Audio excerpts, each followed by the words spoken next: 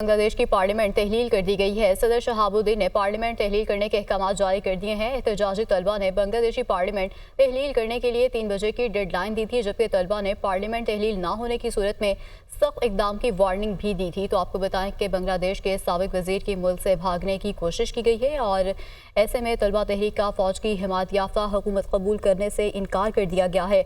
Doctor Mohammad Yunus की सरबराही में अबूरी हुकूमत के क़याम का मुतालबा भी किया गया है। बांग्लादेशी तलबा रहनुमाओं ने मुतालबात पेश कर दिए हैं।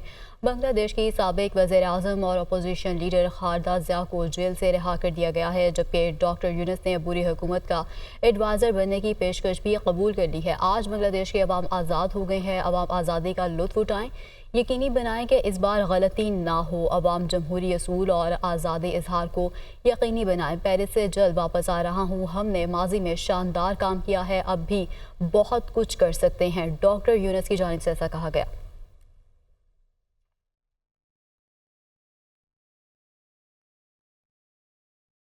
अमरीकी सियासतदानों के कत्ल मुमकिन साजिश, पाकिस्तानी शहरी पर अमेरिका में फर्द जुर्म आयद कर दी गई है। आपको इस हवाले से बताते चले कि अमेरिका में पाकिस्तानी आसिफ मर्चेंट गिरफ्तार कर लिया गया है और डोनाल्ड ट्रंप समेत अमरीकी हुकाम के कत्ल की मनसूबाबंदी करने का इल्ज़ाम भी ऐसे में सामने आया है। अमरीकी मीडिया की जानिब से ऐसा कहा गया है कि आसिफ मुबैना तौर पर ईरानी हुकूमत से भी राब्ते में था और आसिफ मर्चेंट को 12 जुलाई को मुल्क छोड़ने की तैयारी करते हुए गिरफ्तार किया गया। आसिफ का हाल ही में ट्रंप पर हमले से कोई ताल्लुक नहीं है। आपको बताएं कि अमरीकी सियासतदानों के कत्ल मुमकिन साजिश, पाकिस्तानी शहरी पर अमेरिका में फर्द जुर्म आयद कर दी गई है और अमेरिका में पाकिस्तानी आसिफ मर्चेंट गिरफ्तार कर लिया गया है और डोनाल्ड ट्रंप समेत अमरीकी हुकाम के कत्ल की मनसूबाबंदी करने का इल्ज़ाम भी लगाया गया है। और अमरीकी मीडिया की जानिब से ऐसा बताया गया है कि आसिफ मुबैना तौर पर ईरानी हुकूमत से भी मुसलसल राब्ते में था और आसिफ को 12 जुलाई को मुल्क छोड़ने की तैयारी करते हुए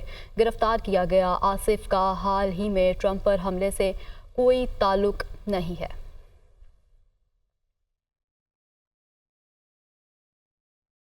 बांग्लादेश की फौज ने मुल्क भर में कर्फ्यू खत्म कर दिया है। दफ्तार, अदालतें, तालीमी इदारे और फैक्ट्रियां खुल गई हैं। हसीना वाजिद के इस्तीफे के बावजूद बांग्लादेश में फसादात जारी हैं। मुजाहिरीन का चीफ जस्टिस के घर पर धावा बोला गया है। सामान भी लूट लिया गया।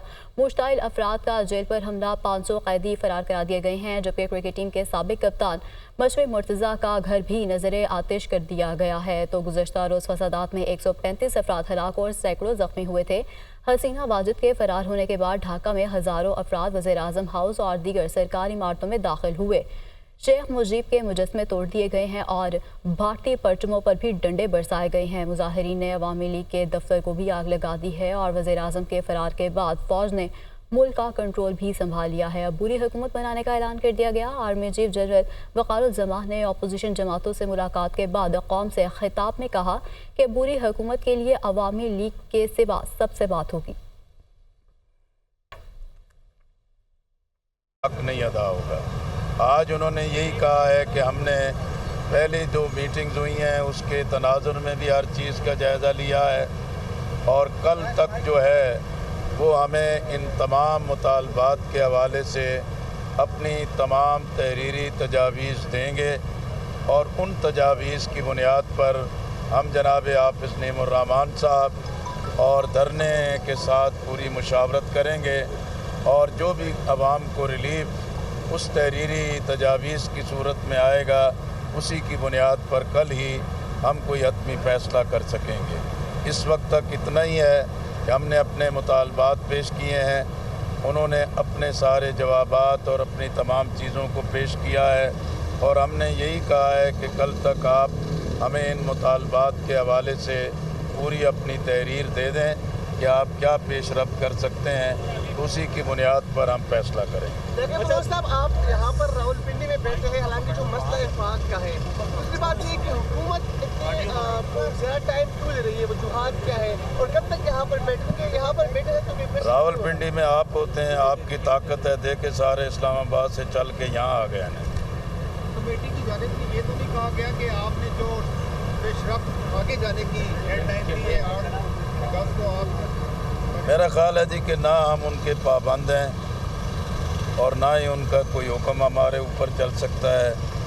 धरने के हवाले से, आइंदा के तमाम मराइल के हवाले से हम अपना फैसला करने में आज़ाद हैं। अगर उनमें ये सकत है कि वो आवाम को रिलीफ दिए बगैर मुल्क के अंदर अमन और सुकून पैदा कर सकते हैं तो ये भी वो आज़मा कर देख लें। और धरने के हवाले से, आइंदा के मराइल के हवाले से अमीर जमात हाफिज़ नईम और रहमान साहब ने जो ऐलान किया है, इंशाअल्लाह हम अपनी हिकमत अमली, अपनी स्ट्रेटजी, अपने मराइल पर आगे बढ़ेंगे। ना किसी की फरमाइश पे रुकेंगे, ना किसी के मुतालबे पे रुकेंगे। हम वही इक़दाम करेंगे जो पाकिस्तान के अवाम के हक़ में। अच्छा, हुकूमत ने कोई लचक दिखाई है IPPs का जो अपने मुआहदा खत्म करने का नुक्ता? मैंने तो सारी बात बता दी। अब जो भी चीज़ उनके पास होगी, तहरीर हमारे पास होगी, तो फिर हम देखेंगे कि उनके अंदर कितना इखलास है, कितनी संजीदगी है, वो आवाम को किस कदर रिलीफ ये बड़ी मुशक्कत का है। पावर डिवीजन भी आज इसमें शामिल